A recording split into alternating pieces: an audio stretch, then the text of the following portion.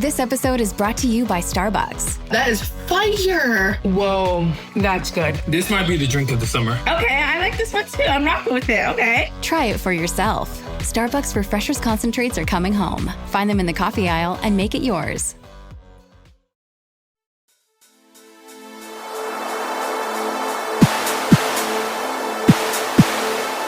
The History of the World podcast, written and presented by Chris Hasler.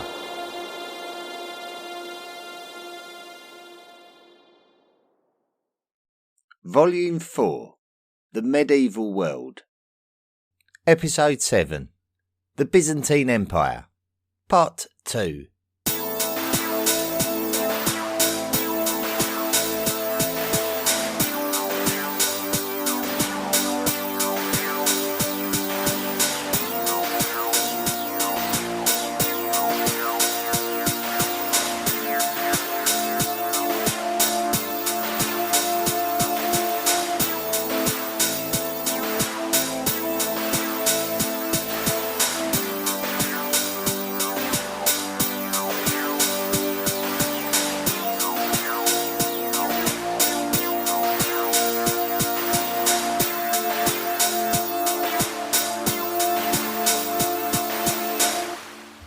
The year is 628, and the political situation in the Middle East is grim. The Byzantines are in control of the lands of the Eastern Mediterranean, but they are lucky to still be in existence following an allied siege of their capital city conducted by the Sasanian Persians and the Avars. The siege failed, and the Sasanian Persians collapsed into civil war soon afterwards, enabling the Byzantines to reclaim lands lost during the war between the Byzantines and the Sasanians over the last 2.5 decades. The emperor of the Byzantine Empire was Heraclius.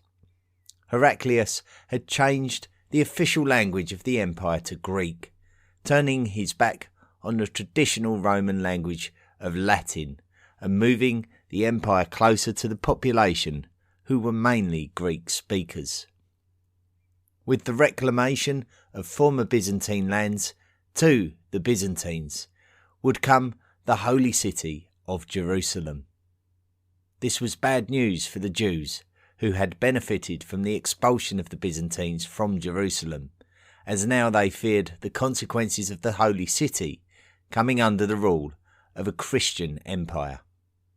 When Constantine the Great's mother, Helena, travelled to Jerusalem in the 4th century, she recovered a Christian relic called the True Cross, which she would claim to be the cross on which Jesus Christ was crucified. When the Sasanian Persians successfully besieged Jerusalem in 614, the True Cross was confiscated and sent to Shah Khosrow II.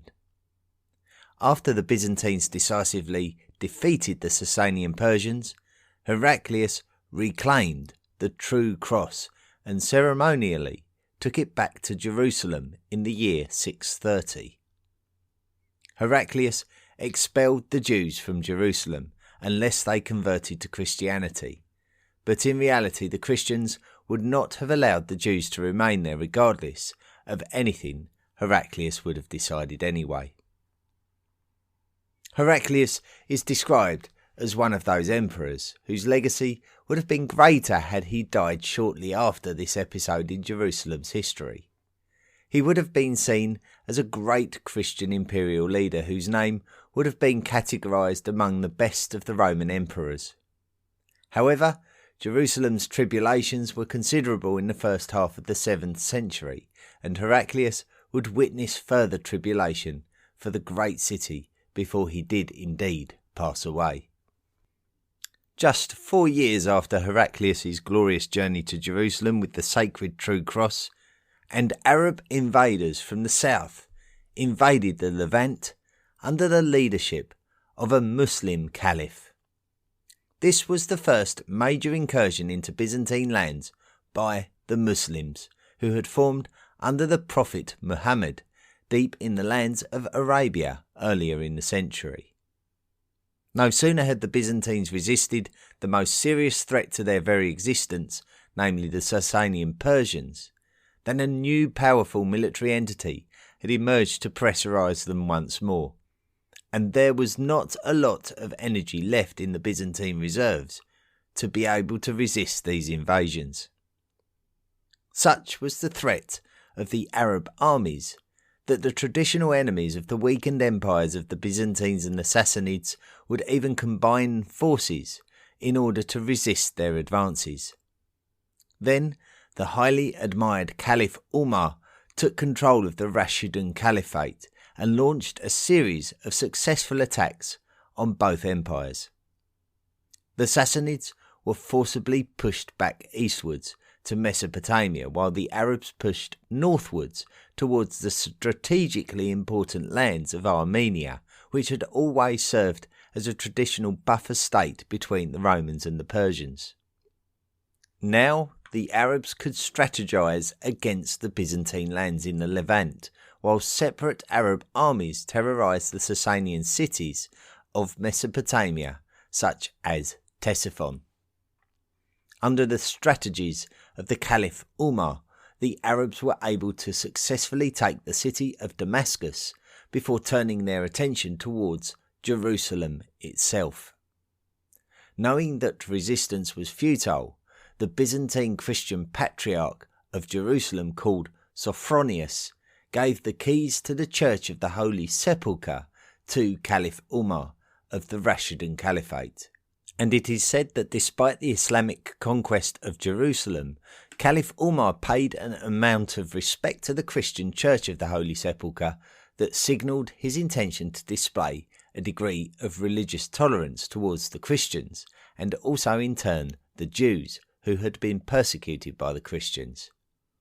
Once again, the Byzantines had been cut off from their land connection to Egypt, as had also been the case when the Sasanian Persians invaded their lands just a generation before. Naturally, it would then make sense for the Arabs to target the fruitful lands of Egypt, now isolated by land from Constantinople. In 644, the Arabs besieged Alexandria, and it is said that only a token force of the Byzantines were able to offer any kind of resistance. The fall of Alexandria to the Arabs marked the end of an era of Hellenism which had existed since the times of Alexander the Great, after whom the city was named. The fall of the Byzantine lands of the Levant and Egypt marked the end of Roman influence over these lands, and therefore the legacy of great Romans such as Pompey, Julius Caesar, Mark Antony and Octavian, later Emperor Caesar Augustus, was now just an episode of history. The Islamization of these lands was complete and was the future. The Arabs would continue to travel westwards along the Mediterranean coast of North Africa, taking control of the Libyan lands as far as Carthage, which was still able to look out across the sea to Byzantine-held Sicily for strategical support. The Byzantines were in full-on defensive mode in the face of the Arabs during the 7th century. With the Arabs having taken control of the strategically important seaport at Alexandria, including the maritime resources captured, they were able to launch raids on Byzantine territory by sea, including the capture of the island of Cyprus. That is, until an agreement was reached later in the century to share the taxation benefits of the island, due to the fact that the island was difficult for the Arabs to defend due to its close proximity to the Byzantine-held Anatolian mainland. The Arabs would attempt to navally bully the Byzantine coastal lands of Anatolia nonetheless, and would even score naval victories against the more experienced nation. It is even written that the island of Rhodes was taken by the Arabs, with the remnants of the Colossus of Rhodes being sold for scrap. The Byzantine Empire seemed to be powerless in preventing the onslaught of the Arabs, and the aggression was continuous in favour of the Muslim warriors. The wars of the early 7th century had been terrible for both the Byzantines and the Sasanian Persians, and the Arabs had successfully eliminated the Sasanians from the map, taking control of the whole of Persia. Now the Arabs believed that the Byzantine Empire was also theirs for the taking, and the Byzantine imperial court was in turmoil. The Byzantines were being ruled by emperors of the Heraclian dynasty, who take their name from their patriarch Heraclius, who defeated the Sasanian Persians before the arrival of the Arab Muslims from Arabia. In the 660s, the empire was under the rule of Heraclius' grandson, Constans II. Constans was on a hiding to nothing, being desperate for money in order to finance these desperate defences. He travelled to the Byzantine-held Italian lands, which had not been conquered by their enemies in Italy, the Lombards. He re-established a court in Rome, and from there he would begin to strip the wealth from his Italian holdings, which infuriated his Italian subjects. He was assassinated while in Sicily, and succeeded by his son, who ruled as Constantine IV. The Siege of Constantinople. By the time of the reign of Constantine, the Arabs had been making successful incursions into Anatolia and were now in sight of the Byzantine capital itself. The seat of Arab power had moved to Syria since the establishment of the Umayyad dynasty of the Islamic Caliphate, so that the centre of their power was now very much in close proximity to the Mediterranean Sea, and so an assault on Constantinople would have been done by sea as well as by land due to the city's location on the Bosphorus Strait and its considerable defensive walls. Come the year 674 and the start of the protracted siege of the city of Constantinople would take place, with the Arabs hoping to take control of the Byzantine Empire in the same way that they had taken control of the Sasanian Persian Empire. At this point, everything had been going against the Byzantines since the arrival of the Arabs, but during this siege the Arabs got a nasty surprise as they had underestimated the resourcefulness of the Byzantines. The precise details are quite sketchy, but a new incendiary device caused havoc for the Arab naval fleet. A highly flammable oil-like substance had been discovered by the Byzantines, who propelled it, possibly by a pump, at the wooden boats of the Arabs. The flammable material would burn on the surface of the water, which would also make it difficult for the Arab boats to retreat. It is quite possible that this weapon, called Greek fire, could have been a game changer, although we will never be quite sure about its true impact on the course of history. It has become immortalised as legendary story of Byzantine success against the odds, so contemporary historians may have glorified it in a bid to sensationalise the story. However, by all accounts it was a nasty surprise for the Arabs, who had not prepared to respond to it and saw a significant number of their naval fleet destroyed. The Arabs were forced into conceding that their siege of Constantinople had failed. Despite all of the problems that the Byzantine Empire had been facing with aggression from foreign parties on many of its fronts, it was still able to prevent its own ultimate capitulation. The Byzantines were able to score land army victories over the Arabs that pushed them back, so it wasn't all about the defeat of the Arab fleet. The Arabs were pushed back and forced to make a truce with the Byzantines. Much like when Heraclius broke the siege of Constantinople by the Sasanian Persians and the Persians descended into civil war, Heraclius' great-grandson Constantine IV had resisted the Arabs before the Arabs themselves descended into the Second Fitna, a civil conflict within their own empire. This was some well-needed breathing space for the Byzantines. The Byzantines were still required to fight on different fronts though, and we previously mentioned that since the reign of Justinian, Turkic peoples arrived in Europe and raided the northern frontiers of the Byzantine territory. They would form a nation called the Avar Khaganate and would displace Slavic people of those lands. These displaced Slavs are distinguished by being referred to as the South Slavs.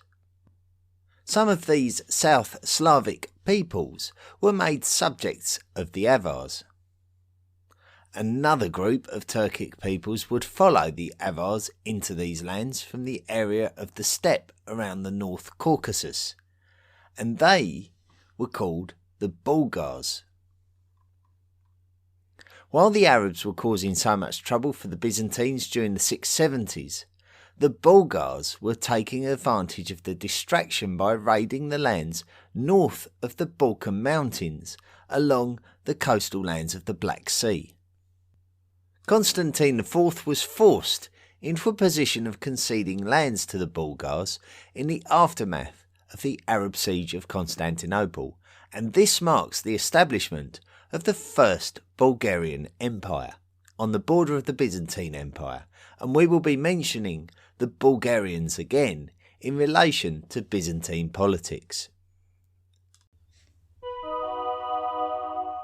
The fall of Carthage. The focus of Byzantine defences switched back to North Africa again, with the Arabs breathing down the neck of the city of Carthage. Constantine IV was succeeded by his son, Justinian II, and this would mark the beginning of a new period of Byzantine instability, which historians have named the 20 Years' Anarchy. Justinian was very unpopular as the emperor, being regarded as a violent despot. He would wage war against the Umayyads in Anatolia with mixed results, thanks in part to the abilities of a loyal Byzantine military general who had also served under Justinian's father Constantine. The military general's name is Leontios. After a particular defeat, however, Justinian had Leontios imprisoned, and this only served to cause problems because, on Leontios' release, he organised a rebellion against Justinian. Leontios deposed Justinian and made him suffer the humiliation of a rhinotomy. Rhinotomy was not uncommon in Byzantine culture and was specifically the amputation of the nose. This would lead to Justinian being referred to as Justinianos Rhinotmitos, otherwise known as Justinian the Slit-Nosed. Leontios assumed the position of Byzantine emperor, and Justinian was sent into exile in shame. But this would not be the end of Justinian's story. Leontios took control of an empire in turmoil, and very quickly had to deal with the news that Carthage in North Africa had fallen to the Arabs. The year was now 695, and an already disastrous 7th century for the Byzantines was not looking like it would finish on a high. Leontios would send an army to the Exarchate of Africa, the Byzantine division of North Africa that equates roughly to the modern-day Maghreb. The army would be led by a man called John the Patrician, and he would be supported by a military general called Tiberius Apsimarus. The Byzantines would initially launch a surprise attack on Carthage from their Mediterranean strongholds, and may have been surprised themselves to find little resistance from the city folk. Carthage had been retaken, and those weak-numbered Arab forces who were left garrisoned in the city had to make a hasty retreat inland to the newly built city of Kairouan. The Arab general responsible for dealing with the situation was a man called Hassan ibn al-Nu'man. He started drawing up plans to retake Carthage. John the Patrician would have been all too aware that it would only be a matter of time before an Arab response could be expected, so the Byzantines desperately tried to drum up support from the local Berber populations, as well as appealing to some of their traditional European rivals, such as the Visigoths, who may have been tempted by some of the rewards of the fruitful African lands. When it came down to it, and Hassan ibn al-Nu'man did return to Carthage in 698, the reality was that the Byzantines and their allies could not transport enough support into the city quickly enough to prevent it from falling, and so the Byzantines had to surrender the city to the Arabs. Hassan was in no mood to show any kind of sympathy to the citizens that had betrayed him by allowing the Byzantines easy passage into the city in the first place, and in an act that echoes back to the Roman destruction of Carthaginian Carthage in the 2nd century BCE, the Arabs completely wasted the city, thereby giving the Byzantines nothing to come back and fight for. A new Arab city called Tunis was built as the new harbour city of this area, and that city is now the modern-day capital city of the country of Tunisia. The outcome was a complete disaster for the Byzantine Empire, who would subsequently end up losing all of their North African possessions as the Arabs moved in to control the entire Maghreb, and it would also be a complete disaster for the usurping Emperor Leontios. John the Patrician's military forces retreated to the Mediterranean island of Crete. Knowing that Leontios may be shamed into taking action against the failed military expedition, the military general Tiberius Apsimarus may have rallied the support of the remaining Byzantine soldiers, and rather than face imprisonment, execution, or even rhinotomy, he would take control of the army following their murder of John the Patrician. Bubonic plague is reported to have hit Constantinople again at this time, and Tiberius Apsimarus took this opportunity to march on the city and depose Leontios, subjecting him to the same rhinotomy that he himself had conducted on Justinian. So now Tiberius Apsimarus was the new Byzantine Empire, ruling as Tiberius III, while Justinian II and Leontios were both former emperors with no noses. Justinian was in exile and Leontios was in prison. Tiberius began drawing up a plot to have Justinian in exile executed, but Justinian fled to Bulgaria, where he would approach the Bulgar Khan, Tervel, for help. The term Khan, spelt Khan, is a form of the Turkic word Khan, spelt Khagan, which is the equivalent word for a monarch. And the word has culturally migrated to become a common surname across the lands of the Indian subcontinent in the modern age. With the support of the Bulgars, Justinian sneaked into Constantinople and deposed Tiberius III, proclaiming himself as the emperor once again. This was against Byzantine law, which stated that no mutilated individual was permitted to become the emperor.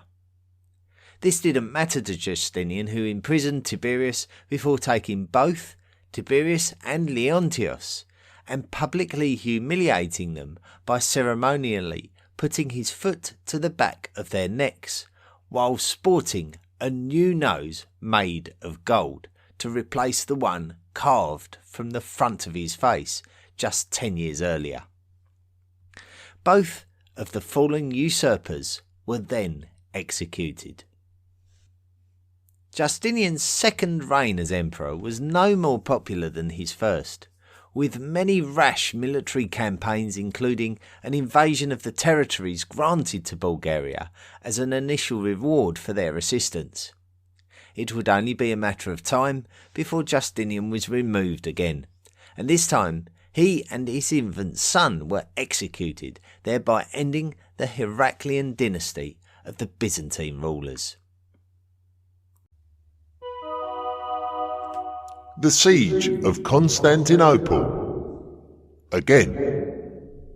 With the weakening of the Islamic Caliphate following the siege of Constantinople some 40 years earlier, the Byzantines were able to establish some authority over their remaining Asiatic territories again. However, the Umayyads were now back in control of their internal affairs, and the erratic behaviour of the Byzantines during the 20 years' anarchy all led towards the balance of power slipping away from the Byzantines once again. As the Muslims approached the city of Constantinople again, the new Byzantine Empire was Leo III. Leo had usurped the imperial throne very shortly before Constantinople required defence again. He was a military general who originated in the area of Isauria in Anatolia, and as such he would be the first emperor of what would become referred to as the Isaurian dynasty. Leo would leave his mark on Byzantine history, but before he had the chance to do anything, he needed to defend Constantinople from Muslim attack. The question had to be, had the Muslims learned anything from the failed attack on Constantinople that was initiated just 43 years earlier? If we read our history books about this second Muslim siege, then it glorifies the success of Greek fire. We mentioned Greek fire as something significant in the Byzantine resistance of the first siege. This was the highly flammable oil-based fluid that was propelled towards the wooden ships of the Arabs that would also sit on the water's surface ablaze, making it impossible for some of the Arab fleet to even simply escape the scene.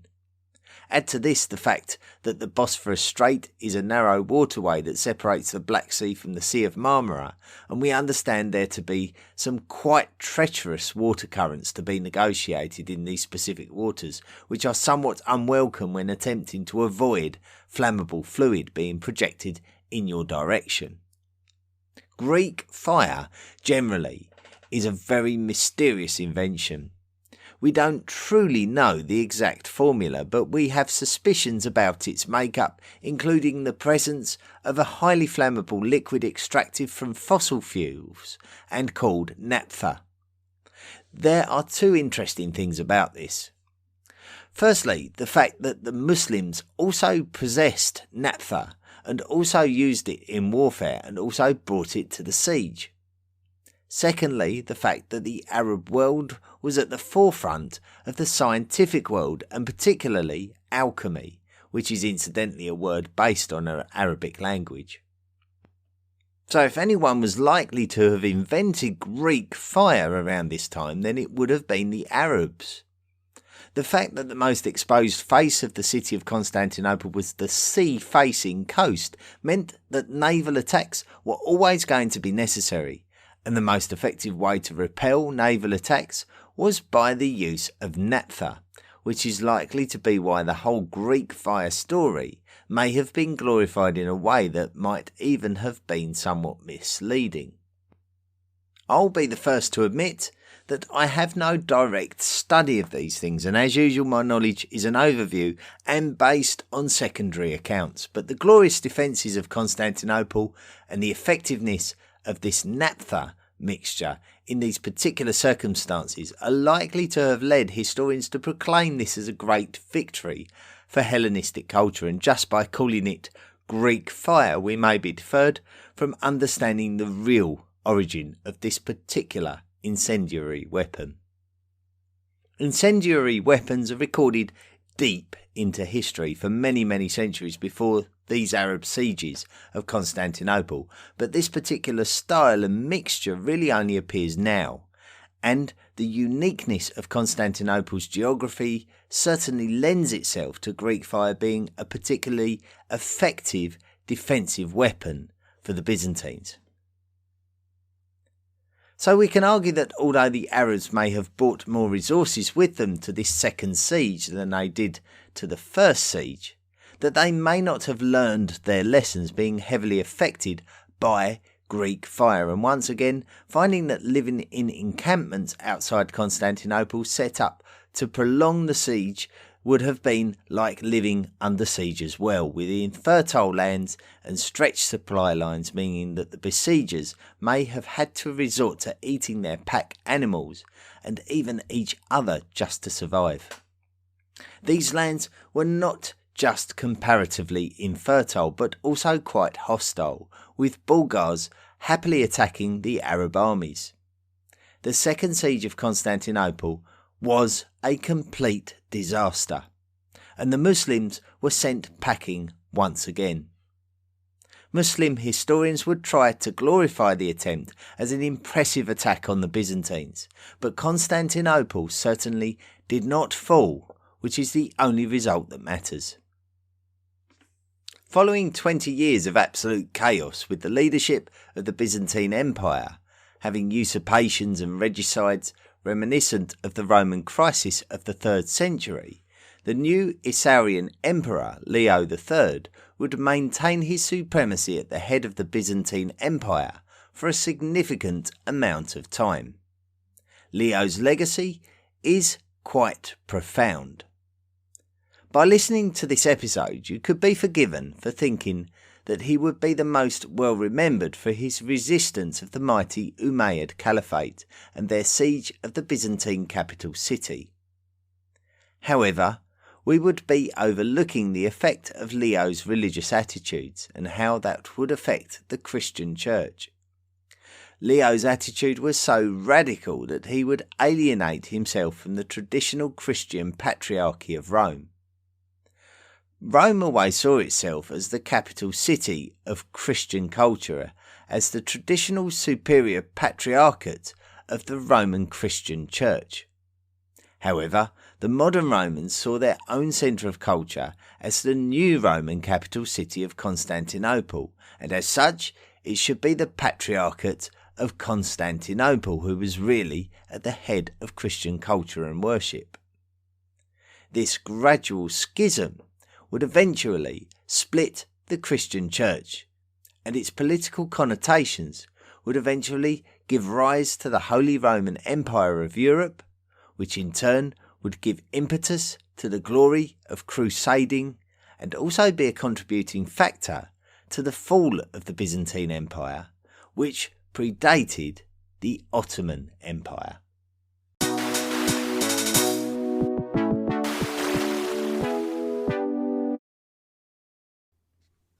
Thank you very much for listening to this, the second of 4 parts regarding the Byzantine Empire. And next week we'll be getting into the later stages of the Byzantines, where we see the emergence of the Turks and then in turn the Ottomans, a story that we've already followed earlier on in the volume.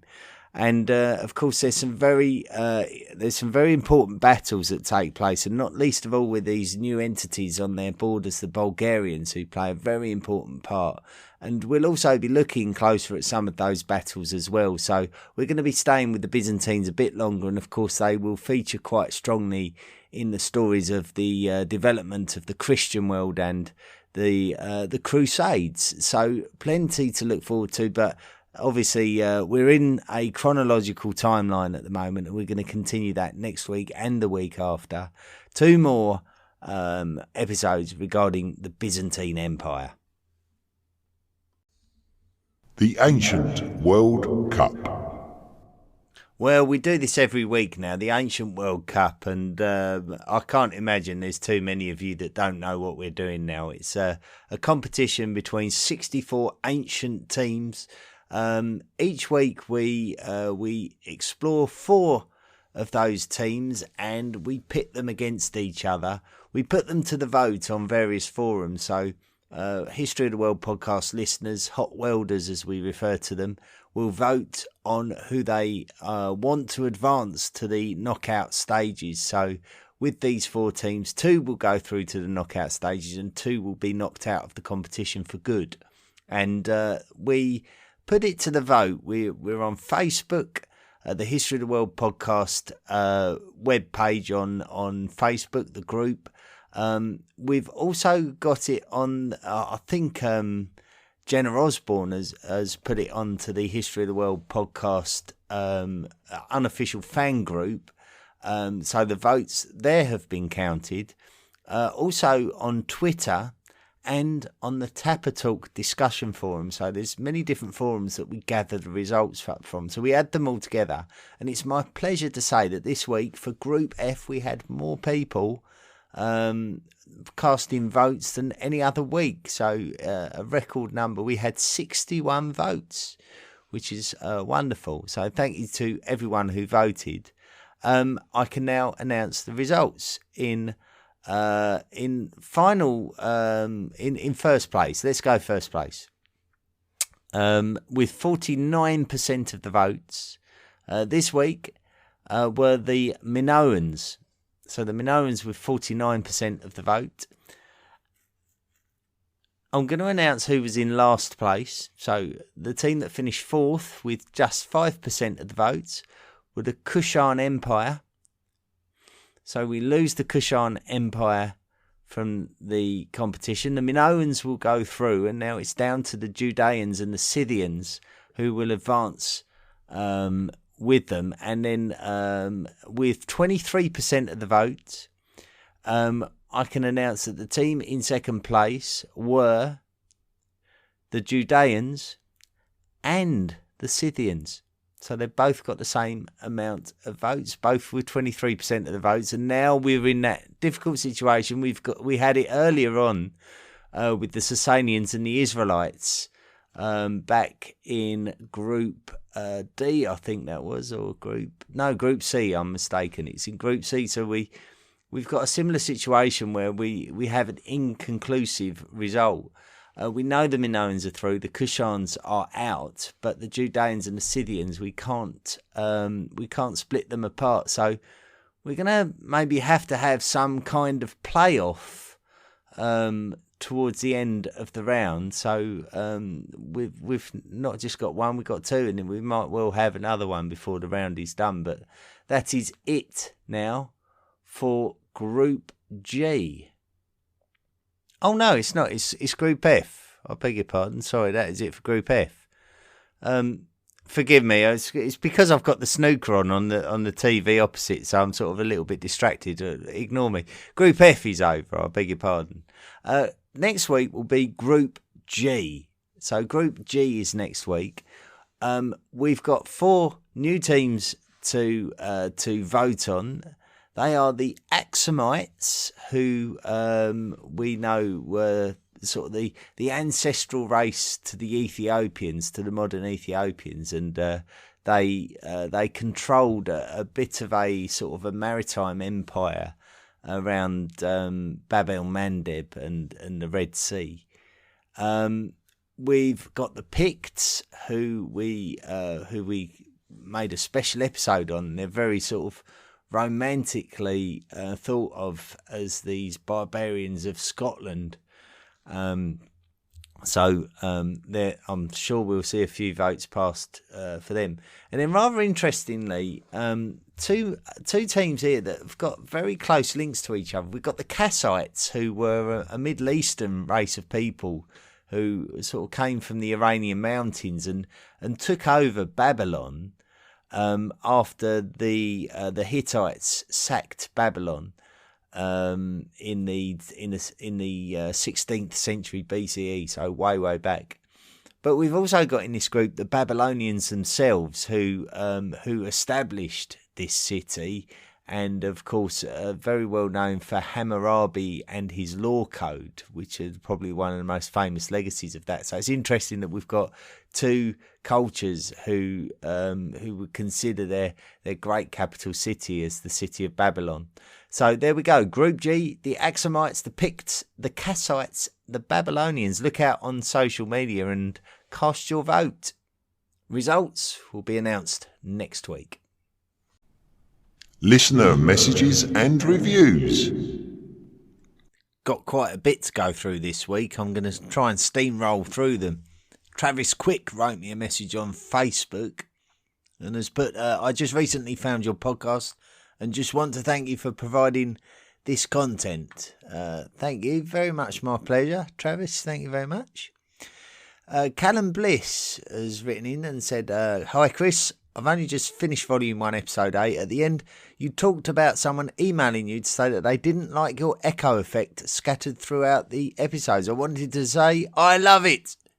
I was actually kind of sad when a few episodes in you omitted the laser sounds before the echoey announcements. Like I said, I'm not very far in, but I've been loving everything and I'm so excited to get up to the current episodes. I've been telling my girlfriend for weeks that I want something podcast or book that is a general world history. What you're doing is exactly what I was looking for. Thank you. Bring back the lasers if you haven't done so already. I think, Callan, you're referring to the re-recorded episodes, the episodes 1 and 2, which have been re-recorded, but no further re-recordings have been made as of yet. It's quite an intimidating project doing the re-recordings, but hopefully one day I'll be able to do it. But thanks for the message, Callan, anyway. Got a message from Harry through the WordPress page for the History of the World podcast page. But such a great podcast from Chris Hasler. I just started it and I am already loving it. Thank you, Harry. Very kind indeed. Next one. Sorry, they're coming in from all over the place this week. Jake White has put in, hi Chris, your podcast is amazing. It's been a great companion on my way to and from work. My faith in creation and Christ is very strong. Because of this, I've always tended to avoid subjects such as evolution. I do respect the opinion of others and I do not claim to understand how God actually did create the universe.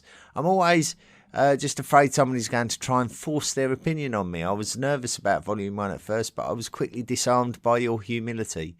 Your only agenda is to help us form our own opinions about how history played out. I was nervous in the beginning, but Volume 1 actually had the opposite effect on me. It bolstered my faith. I have reread the first 3 chapters of Genesis several times and my mind is blown. If one assumes a day isn't actually a literal day, then it's not a huge jump to assume God formed man over thousands of years. Peter even said as much. But do not forget this one thing, dear friends. With the Lord, a day is like 1,000 years and 1,000 years are like a day. Next, I began to think about humans' higher order thinking ability as it compares to animals. I've heard some speculate that the size of our brains is related to us beginning to eat meat. So if there was a fall and a human did eat from a tree of the knowledge of good and evil, whether the tree be literal or figurative, a moment such as this, humans disobeying God's order, resulted in our eyes being opened. And subsequently, our innocence lost. Realising that we are naked may have triggered the beginning of humans developing the ability to, in essence, think like God himself, which also coincides with the biblical account of when humans began eating meat. This intelligence has helped the human race do amazing things, and it also has been a curse for us. I'm pretty sure my dog is happier than I am most days. I'm rambling now. I have other thoughts on the matter, but just wanted to let you know that you've taken my faith to another level. I'm sure it was unintentional, but I appreciate you nonetheless. Please continue to do what you are doing.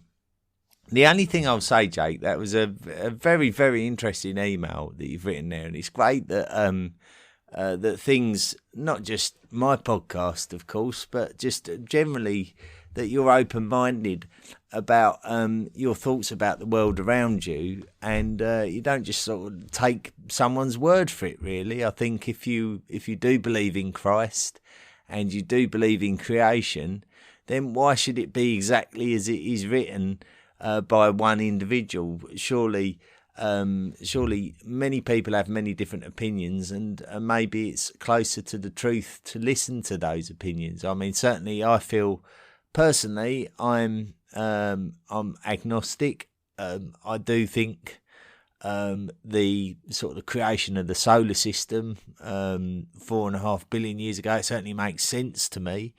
But how that event came about, how the whole structure of the universe came about, who knows? And maybe God only knows. And that's all I do know. So just to sort of counterbalance that, I think if you're a Christian, you can have a valid discussion with me about the origins of the universe, and we don't necessarily have to be at odds with each other. We can probably find that we have more common opinions than you might expect. But interesting message nonetheless. John Stewart has written in saying, thank you for your wonderful work. I am inspired and impressed. Thank you, John. As always, grateful to receive such messages. Richard Godfrey, I stumbled across your podcast inadvertently. I drive a local truck in Rapid City, South Dakota, with plenty of glass time as well. I'm a historical sponge, mostly conflicts and occupations. Your encompassing knowledge across the whole historical timeline is captivating and engaging. You're the first stop when I hit the road. Keep it up, brother. Thank you very much, Richard. Very good message. Sophie has written in saying, Dear Chris, I hope you're well. Thank you for your lovely history podcast. I listen to one per day and really enjoy them. There is no other history podcast which covers as much details and episodes as you do. Please let me know where I can donate some money to contribute so that we can all continue listening. You can, of course, donate through the historyoftheworldpodcast.com website if you click on the Patreon link, or even the Buy Me a Book link if you don't want to sign up for a long-term plan. There are other options there, and you may have discovered them, I'm not sure. But other than that, you'll always be recognised as a lifelong member of the History of the World podcast Illuminati whenever you do make any kind of contribution. And we've got a new member to welcome this week. Anne McDowell-Lew has become a member of the History of the World podcast Illuminati. So thank you, Anne, for your support. Another message from Vince. Put, hi there. I wanted to say thanks for the podcast and how much I enjoy it. I've been looking for a long time to find digestible content that covers the history of everything human. The podcast seems to have the right level of details for what I'm looking for. I'm only on episode 9 of volume 1, but really enjoying it. As an aside, the podcast has made me look forward to going to the gym to exercise. As I listen to a podcast every day, I work out the length of time of the podcast is how long I exercise for. So the longer they take, the healthier I get. Thanks again from an Australian listener. Thanks. It's great to hear from listeners all around the world. That's a great comfort to me indeed. We also have a review from Cuthbertson 007 from Australia, who's put, love it. Absolute banger of a postcard. Postcard? That should be podcast, surely. And can't get enough. Popped up as a recommendation from listening to Short History of. So I've only just started listening this week. Having started in volume 4, just dawned on me I have 3 previous volumes to listen to. Looks like I have my commute to work sorted out for the first half of 2022. I love Chris's passion for history, and he makes it easy listening. Thanks, Chris. Cheers, James. Thank you. Very good review. Well, yes, of course, 2022 is fast approaching, isn't it? And this is actually the final podcast before Christmas. So as I sign off this week, next week will be it'll be after Christmas Day. So I'd like to wish you all a Merry Christmas, and I hope you're not denied from seeing your loved ones by this quite naughty little virus that keeps mutating and making things a little bit tricky for us all. So hopefully your Christmas goes really well, and it's not too badly affected by events that are not necessarily in our control. So until next week, have a great Christmas. Next week will be the last podcast of the year, last episode of the year, the Byzantines Part 3. Be sure to join me, and until then, be good. The History of the World podcast, written and presented by Chris Hasler. Please consider making a financial contribution by going to the historyoftheworldpodcast.com website and clicking on the Patreon link. Email the show at historyoftheworldpodcast@mail.com. And don't forget to join our social media at Facebook, Twitter, Instagram and Tumblr. See you next time.